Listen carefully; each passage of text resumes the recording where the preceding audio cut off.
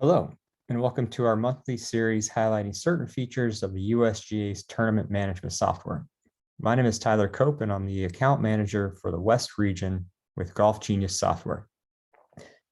One of the things that we pride ourselves on here at Golf Genius is the ability to reinvest our resources back into the product and release new and enhanced functionality based on user feedback.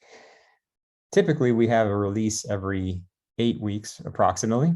That includes larger items based on user feedback and enhanced functionality. We've also now come up with a more frequent release schedule of smaller usability items that have a greater impact on our club users.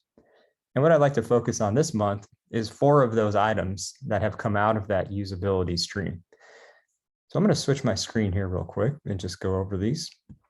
Now, these are items that you may or may not have seen. Some of them you may not even know have been introduced into the product. But these are going to be items we'll see here that you probably will see at some point. So the first one, we've made an update to better highlight any discrepancies between last name of players in the event roster between the last name of the player in gym. So for example, if we're updating using the current handicap index, when we update players, if there's a discrepancy between the last name in the event roster and the player's name in gym, we now turn the player's name red, and the tooltip shows that the last name in gym is different. Prior to this, we only displayed a black tooltip that was easily overlooked. So that's one change that we made. Second one has to do with our reports. While you're designing a report, when you were adding attributes into that report, it was very cumbersome to be able to select certain attributes based on where the text box was that you needed to put those attributes in.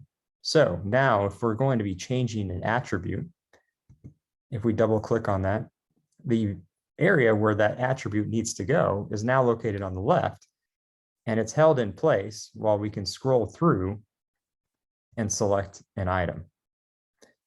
This box used to be located underneath this text box, these attributes, which made it very difficult to select, scroll up, scroll down.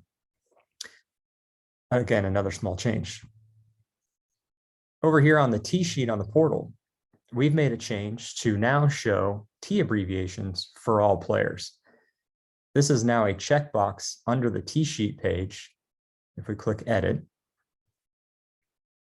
there's a checkbox at the very bottom that allows us to either show T abbreviations or not.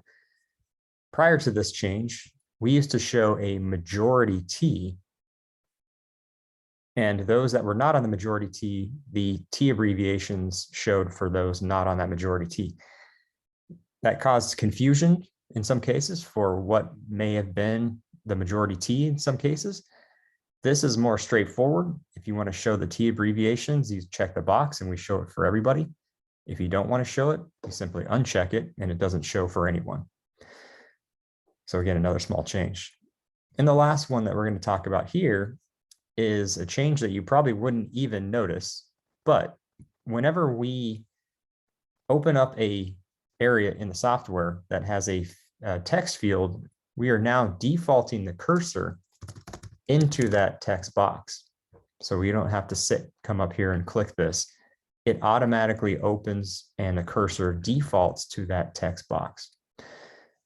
In this last usability stream, we pushed out 11 items that, again, you may or may not notice, but we'll be releasing some of these usability features on a more frequent basis that will have a greater impact on our club users. Again, as always, if you're not using USGA tournament management product, you do have access to the club product through the Southern California Golf Association. Simply reach out to the handicap and membership department and let them know that you would like to activate your USGA TM account, and you'll be on your way to enjoy setting up your events and running them through this platform. Thank you.